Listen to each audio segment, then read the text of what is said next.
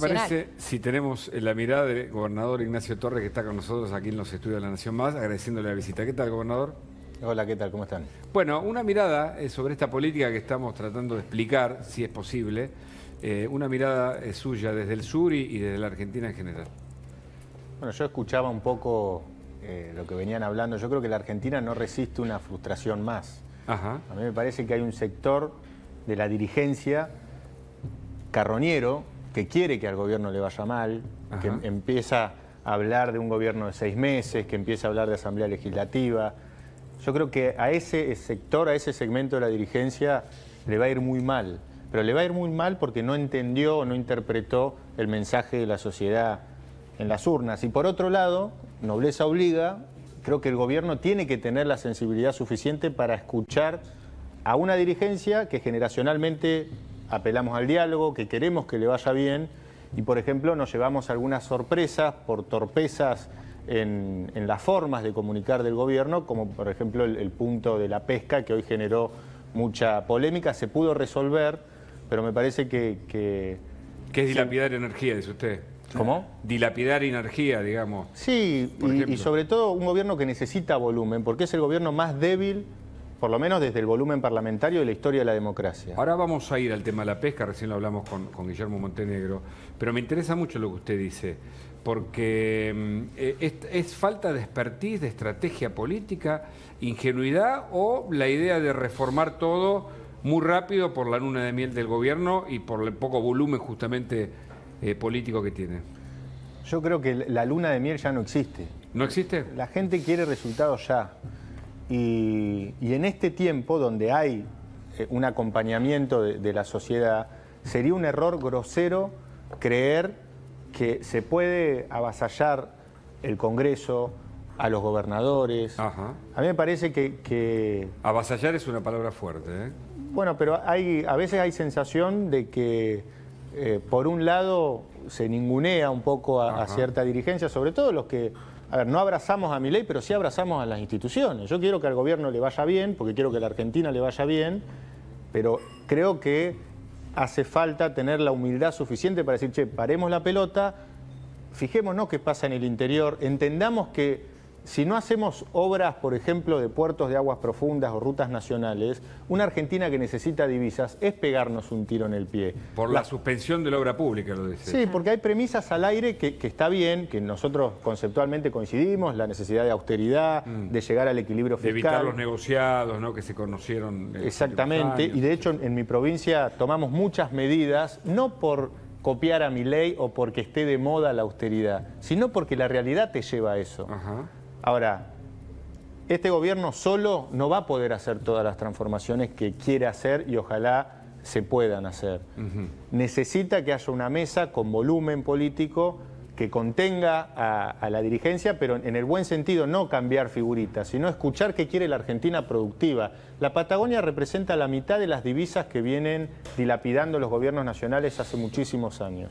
300.000 millones de dólares Chubut solamente le aportó a Nación en estos más de 100 años en materia de hidrocarburos. Mínimamente, me parece que es un buen gesto decir, vengan los gobernadores donde hay implicancia en la pesca, en materia de hidrocarburos o cualquier sector productivo para analizar juntos cualquier medida que se quiera Usted tomar. hablaba de un ninguneo, que siente que hay un ninguneo desde la Casa Rosada para los gobernadores. No, yo creo que hay desorganización de algún sector, de algunas carteras, porque insisto, la verdad que la posición del ministro del Interior para con nosotros es excelente. En tiempo real nosotros tuvimos un conflicto con el fuego en la provincia de Chubut, no había firma porque no estaba nombrado el secretario de Ambiente, levanté el teléfono, Franco atendió enseguida y lo resolvió de manera inmediata. Pero todos los ministros tienen que entender que la Argentina es heterogénea, que no se puede manejar un gobierno nacional a control remoto desde la Rosada,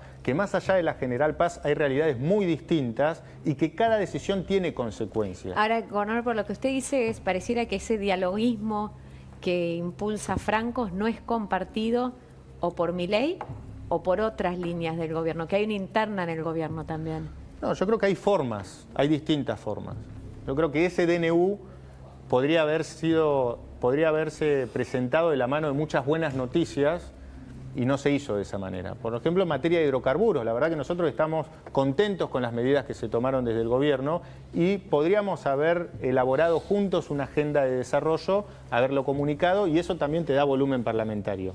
Cuando se presentan todas las medidas de golpe, nos enteramos de un día para el otro y no hay una mesa sectorial o no hay una mesa donde podamos tener un feedback por parte del gobierno nacional, yo creo que eso es peligroso, por un lado. Pero por otro lado también digo que evidentemente se está tomando nota de la necesidad de dialogar y de escuchar al interior de la Argentina, porque hoy hubo un ejemplo concreto, que el gobierno nos escuchó, tomó las medidas, nos escuchó y tomó las medidas necesarias para resolver un tema muy serio que ponía en riesgo la soberanía. Quedamos más que conformes porque no solamente pudimos garantizar la soberanía en las 200 millas del mar argentino, entendiendo que no era el espíritu de la ley comprometer esa soberanía, sino que también pudimos armar una mesa sectorial para que realmente haya una agenda de desarrollo a mediano y largo plazo. Las premisas al aire, por más rimbombantes que suenen, si no hay un acompañamiento detrás del Congreso y del sistema que existe, y porque tenemos un sistema republicano, no se puede gobernar por decreto. Entonces, la verdad que no tiene demasiado sentido. Bueno, vuelvo a la opinión, porque lo noto en un tono también, a ver, ¿cómo decirlo? No sé si ofuscado, pero con ideas de reclamo, como corresponde. Usted es el representante de su provincia. No de reclamo, la realidad es de preocupación, porque queremos que al gobierno le vaya bien. Bueno. Nosotros contenemos la conflictividad social. Tuvimos muchos gremios movilizados por el tema de la pesca y creemos que esas cosas se pueden evitar. ¿Y cómo se evitan? Con diálogo e, insisto, con la sensibilidad de escuchar a las provincias del interior. Su opinión sobre el DNU y la ley ómnibus, gobernador. Bueno, yo estoy de acuerdo, te diría, con el 90% del DNU. A nosotros que somos provincias exportadoras, que haya un sinceramiento cambiario, por ejemplo, fue una medida que celebramos. Por otro lado, hay cuestiones que nos gustaría que se contemplen. Por un lado, hay sectores vulnerables que tienen un plan de contingencia, por ejemplo, que se duplique la asignación universal por hijo, pero por otro lado están los jubilados, que creemos que es necesario que haya un plan de acción para corto y mediano plazo para contener a ese segmento. El Estado históricamente ha sido muy ingrato con los jubilados, porque los jubilados no te van a pedrar el Congreso, porque los jubilados no te prenden fuego la casa de gobierno, pero la realidad es que ese segmento hoy no tiene garantizado, y en esto el doctor lo puede decir también, no tiene garantizado lo mínimo indispensable que un Estado benefactor tiene que darle en materia de medicamentos, en la pérdida del poder adquisitivo de la jubilación, y ahí entiendo el costo fiscal, pero con los jubilados no. Yo creo que el ajuste lo tiene que hacer la casta, lo tiene que hacer la política. ¿Lo está haciendo? ¿El gobierno mandó ajuste hacia la casta o no del todo? A ver, una propuesta podría haber sido que los jueces paguen ganancias, por ejemplo. Claro. A mí me hubiese gustado ese gesto. Más allá que presupuestariamente no sé si implica mucho. Simbólico. Poco. Hablamos de lo simbólico. Más que la toga, que paguen ganancias. Y por otro lado, que los jubilados se les garantice Estamos de acuerdo. el poder adquisitivo de la jubilación. Eso no está garantizado. Hoy, que se suspenda la movilidad, absolutamente, implica que tengamos que estar muy atentos a ver cómo por decreto se va modificando. Sí. El tema es que además sigan los descuentos de medicamentos, que en el PAMI todavía no hay conflicto, pero puede haberlo. Porque la verdad es que hay cosas que no están claras en términos de implementación o en términos de cómo se van a aplicar en la práctica. Sí. Quería decir esto porque está claro que comienza a haber faltantes de medicamentos, faltantes de insumos, y eso a los primeros que afectan son aquellos que más demandan. Claro. ¿Y quiénes son los que más demandan? La gente que está afiliada, los jubilados. Esta es la verdad de la historia. Así que usted tiene razón en este punto en particular. Gobernador, recién dijo que estaba de acuerdo con el 90% del DNU. Después, ahora saldada la discusión de la pesca, ¿ustedes aprobarían o darían la orden para que en el Senado pase o se apruebe también la ley ómnibus? Te doy un ejemplo. Hace una semana, Chubut, y lo anunciamos, es la primera provincia que va a adherir al capítulo de justicia. Se lo transmitía al ministro Cuño Libarona. Queremos ayornar la justicia con un sistema acusatorio, con juicios por jurados. Que viene demorado como el cambio del Código Penal de 1921.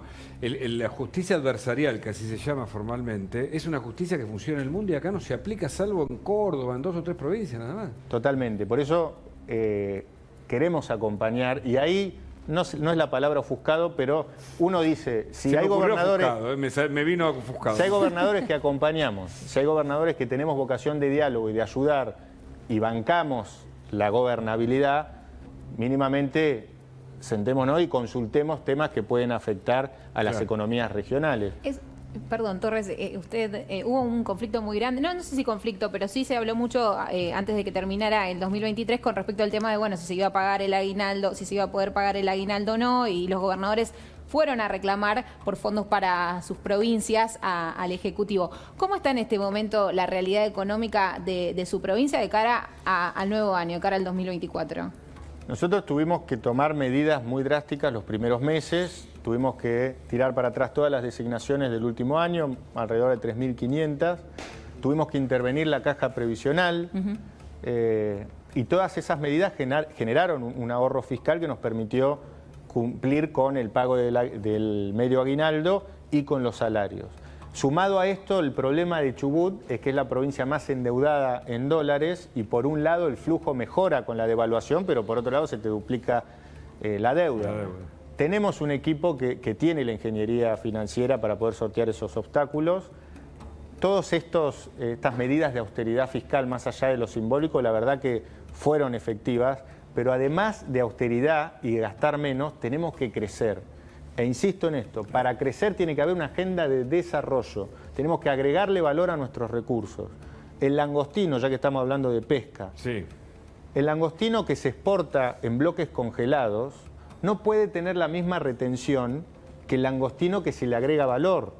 Claro. La lana sucia que se exporta no puede tener la misma retención que la lana peinada, que genera mucho más trabajo. Y ahora se le equiparó todo. 15%. El caso de la lana no. ¿Comentaron a Francos esto? Sí, y por eso insisto, hay buena recepción. Ajá. Me parece que hay vocación de ver los temas punto por punto, pero en ese interín creo que hoy estamos todos hablando del ajuste, la motosierra.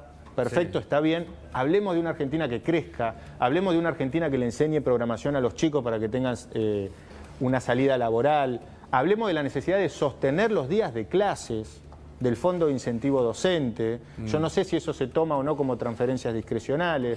O sea, hay temas y temas. ¿A eso se refiere con el 10% con el que no acuerda inicialmente, a estos elementos? Sí, que en realidad queremos más certidumbres, porque todavía hay mucha incertidumbre sobre cómo se va a aplicar, cómo se va a reglamentar, qué implica, por ejemplo, cuál es el corte de la obra pública. Cuando hablamos de iniciativa privada, ¿qué pasa con el gasoducto para un pueblo que no le es rentable a nadie? Claro. ¿No? Hoy, por ejemplo, tuvimos una solución concreta con el ministro Ferraro para poder llevar 2 plantas de compresión a Chubut, que son necesarias para darle gas a la cordillera, y lo va a financiar la provincia. Lo va a financiar la provincia contemplando la deuda de nación, o sea que nos desendeudamos haciendo obras. Es un buen esquema novedoso, pero lo tomamos y avanzamos en ese sentido. Ahora, tenemos que ser creativos, pero no ingenuos. Hay obras que tiene que hacer el Estado sí o sí. Y hablando de acuerdos y desacuerdos, ¿con el DNU? ¿Con la ley ómnibus?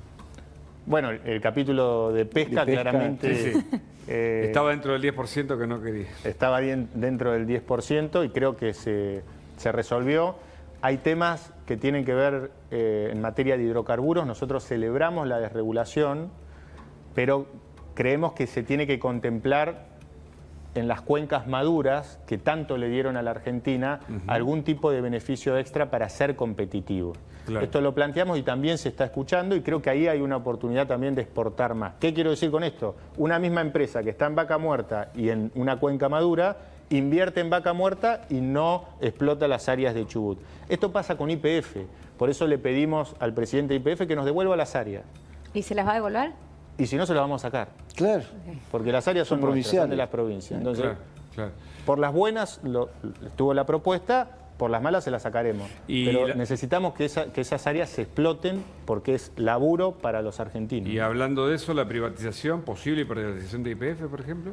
Yo creo que sería absurdo porque YPF puede valer 3 veces más de lo que vale y en ese sentido, la verdad que la mirada del presidente de YPF nos entusiasma mucho porque como premisa fundamental tiene el esfuerzo puesto en hacer crecer la empresa.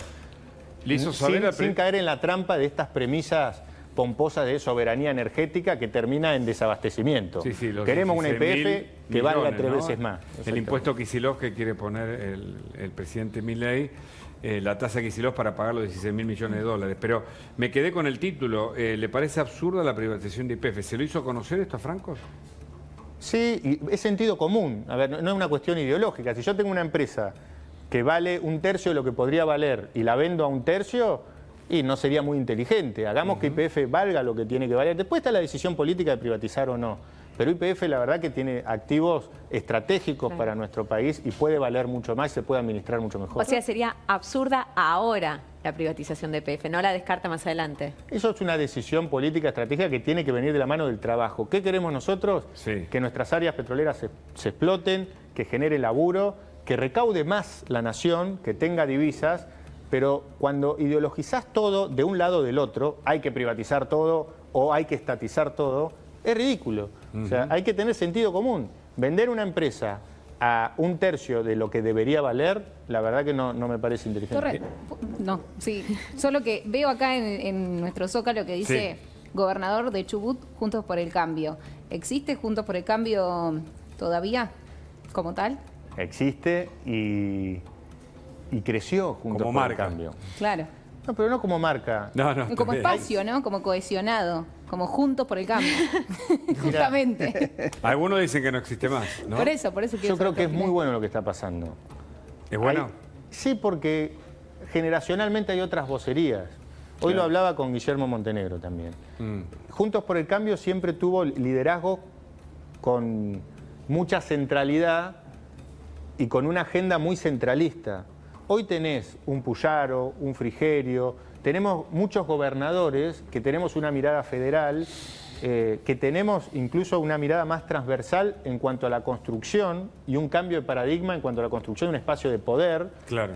Y somos hijos de la democracia, o sea, no nos vamos a pelear por Pero pueden cánticos sentar en una setentistas. mesa a Macri, a Morales, Larreta. Se pueden sentar ¿para y qué? coordinar una respuesta ante Qué nombre. algo Yo que- me- ¿Para sí. qué? A ver, nosotros sí, hay otros que no.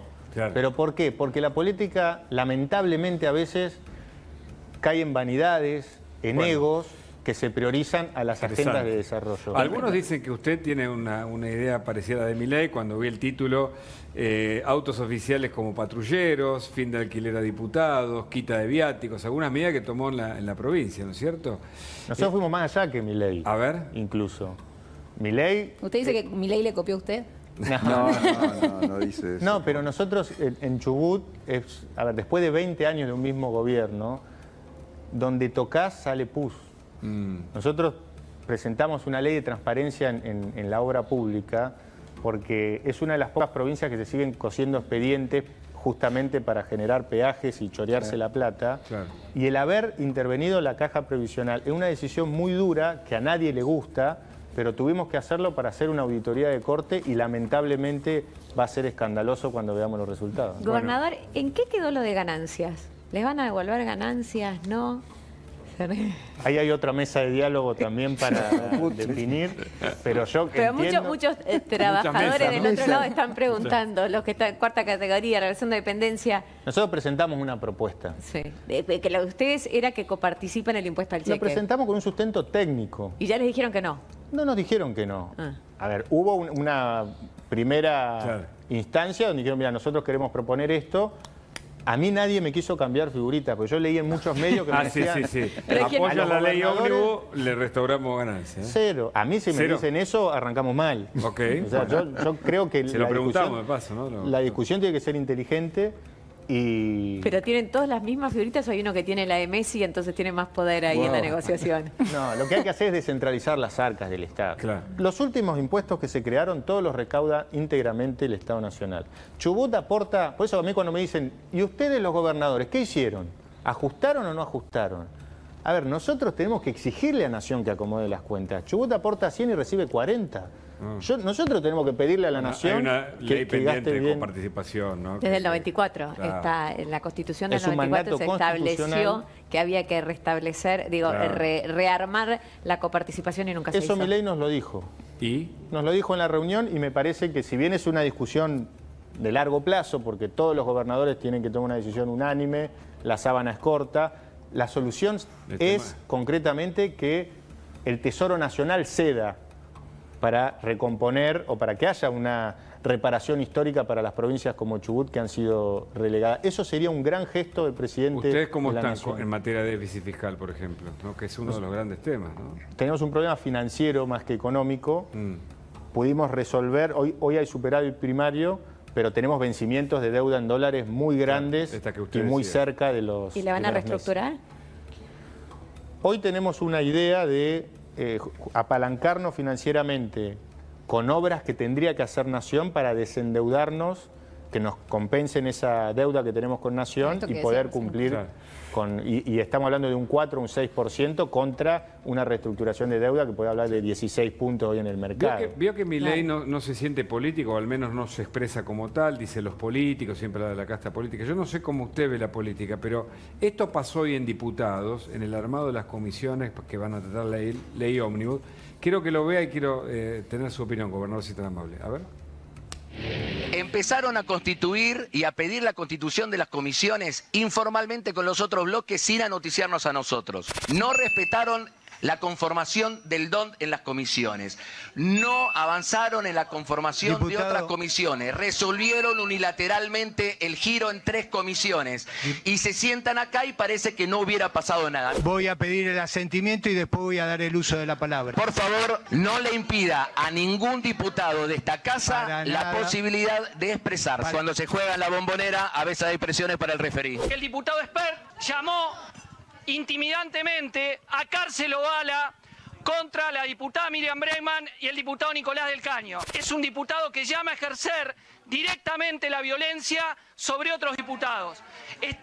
Señor diputado Castillo, usted no tiene uso de la palabra porque todavía no le corresponde, así que sigue expresándose como quiera. En esta comisión, la verdad, siendo que vengo de fuera de la política, mi primera inmersión en esto me parece algo impresentable lo que estoy viendo. Solamente me gustaría que tengan algo de empatía los diputados acá presentes, que tienen generalmente la vida ya hecha, y sepan que hay gente comiendo de la basura en Avenida Entre Ríos. Lo único que pido es colaboración para sacar este país adelante después de la decadencia kirchnerista. Gracias. Tras la devaluación fenomenal que hoy está padeciendo la sociedad argentina, le quieren... Conforme al artículo 106, se va a pasar a la votación. Corte la palabra. No me corte la palabra, secretario, no, en modo alguno. Lo que se pretende en este momento es convalidar con una legalización. Presidente. Me está cortando Nicolás la palabra Mayoraz. sistemáticamente, señor. No, esto no puede ser Vicepresidente así, primero. porque el pueblo no votó mayoritariamente ni a Juntos por el Cambio ni a la Alianza para constituir el Congreso de la Nación. En octubre sí. Y si le roban a Unión por la Patria... No se da más la palabra a ningún legislador, se va a leer las autoridades. No, director, usted no tiene el derecho de decir que no va a dar la palabra. No tiene el derecho. Usted tiene que escuchar. Nadie le está pidiendo que resuelva este problema que es de los legisladores. Pero usted tiene que dar la palabra. Por supuesto que el lugar de la vicepresidencia primera no es para mi persona, es para mi espacio. Con lo cual... Qué lástima que siendo tan reglamentaristas no puedan escuchar la opinión del otro en silencio respetuoso, como lo hice yo. Y celebro que después de 20 años hayan entendido la importancia del reglamento, la Constitución, el Congreso, la Corte y la Justicia. Gobernador, ¿qué opina? Mira, yo fui diputado nacional 2 años, fui senador nacional 2 años. Por eso. Y una de las mayores frustraciones es ver que el debate se torna inconducente por estas cosas. Claro. ¿Qué ves ahí? ¿Qué veo yo ahí? Veo que cada uno lee el diario que le dice que tiene la razón, mira el programa de televisión que le dice que tiene la razón, habla para la tribuna y no hay nada concreto. Esto pasa incluso con proyectos que son exactamente iguales de las 2 bancadas mayoritarias y no podemos ponernos de acuerdo para que haya un dictamen unificado. Esto es un cambalache y esto pasa en una Argentina pendular que, insisto, generacionalmente tenemos que cambiar esto, tenemos que recuperar la capacidad de diálogo. algo tan básico e indispensable como eso.